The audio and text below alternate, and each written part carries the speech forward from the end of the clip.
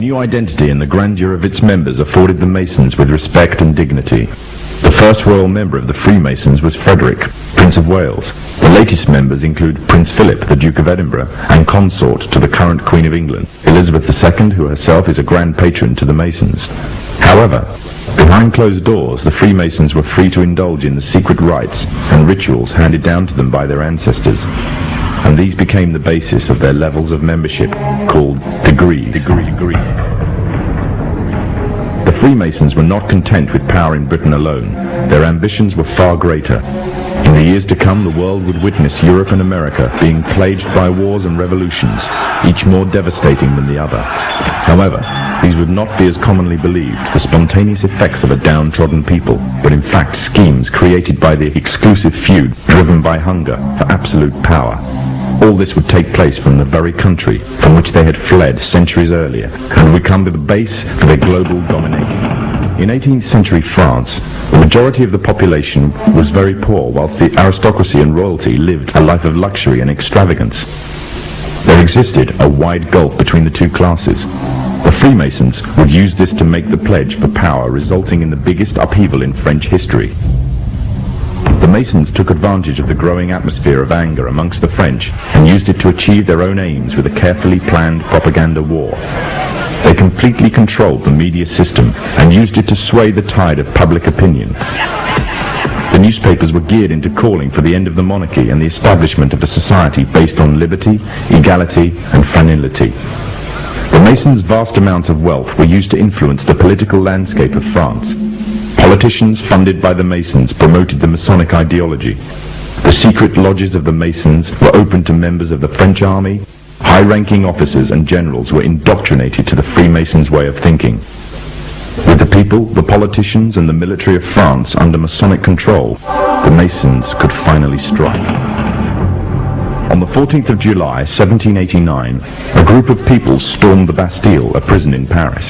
This sign of resistance against the French authorities triggered off a massive response all over France. People in villages and towns expressed their hatred for the system, symbolized by the monarchy. But it was not until 1793 that the French anger would be cooled. On the 21st of January of the same year, King Louis XVI was beheaded in front of a crowd, heralding an end to the French monarchy and paving the way for another Masonic-controlled state in Europe.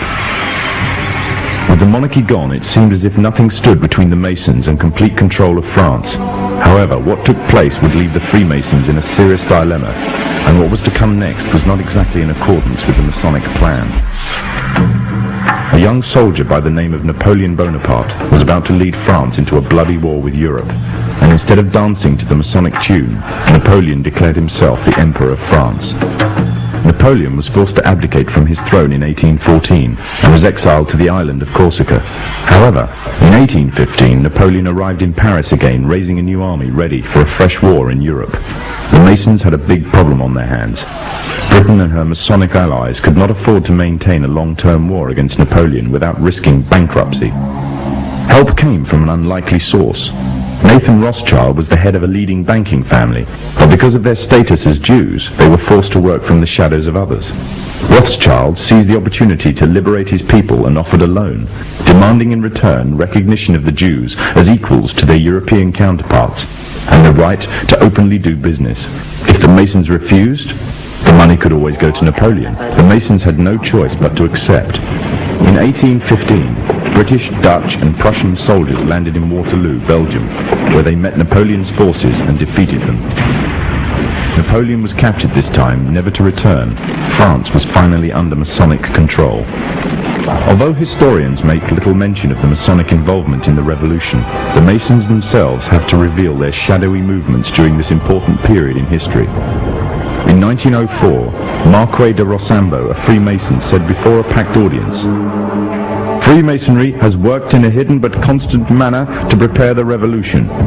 We are then in complete agreement that Freemasonry was the only author of the revolution, and the applause which I receive from the left, and to which I am little accustomed, proves, gentlemen, that you acknowledge with me that it was Masonry which made the French Revolution."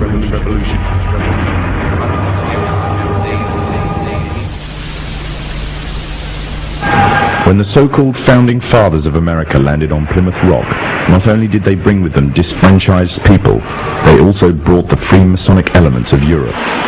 The injustices which the fathers of America were escaping from in Europe was also to be found in the new land, in the form of a tyrannical British regime.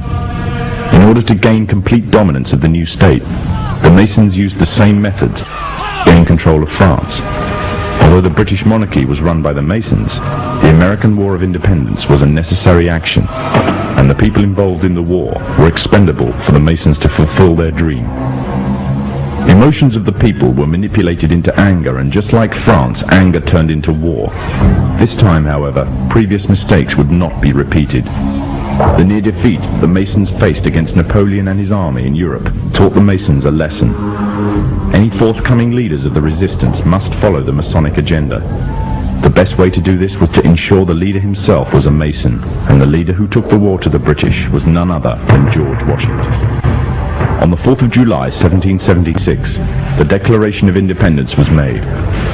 On the 17th of October 1781, the British were finally defeated and surrendered the colonies to the Americans, and the world's first Masonic state was born, a nation that would represent Masonry in every way.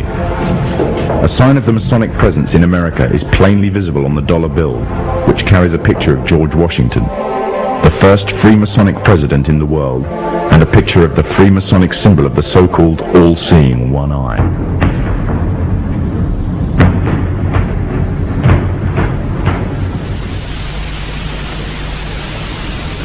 Historically, the control and manipulation of political opinion has been the Freemasons' main weapon in gaining control of countries and states. Once in control of the rulers and politicians of a country, laws and political structures could be changed in accordance with their agenda. However, since restricting the body does not necessarily mean restricting the mind, the Freemason recognizes that their plan for a global government hinges completely on subduing the masses to their agenda, and thus eliminating opposition to their cause.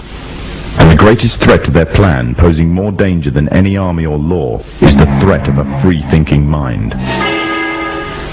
In order to eliminate this threat and to achieve their objective, the Masons have set about the boldest plan ever devised: the complete control of every aspect of human life, your life.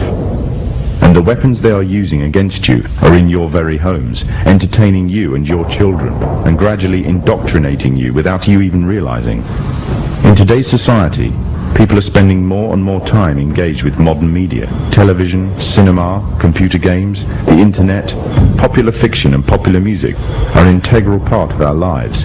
Yet these provide a vast expanse on information which you are taking either consciously or subconsciously into your mind. Information on society ranging from ideals and morals and the difference between right and wrong to the way societies and economies should be structured is passed before you every single day. These media play a significant role in providing the basis for determining an individual's view of the world and everything that exists. Thus, any one group in complete control of this information placed on these media will in effect have the power to indoctrinate practically the entire populace of the world to their way of thinking. And it is this fact the Freemasons are exploiting. The Masons are using the entertainment industry in particular to condition people to their way of thinking, either openly or subliminally.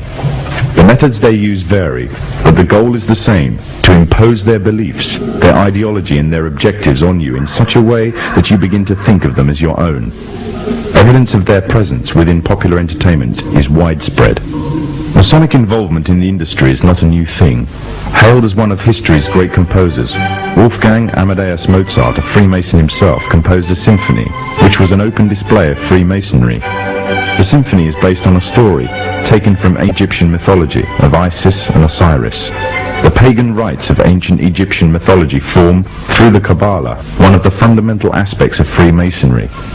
It is from these same pagan origins of Egypt that the symbol of the one eye stems. The entire entertainment world is rife with evidence of the Freemasons' presence.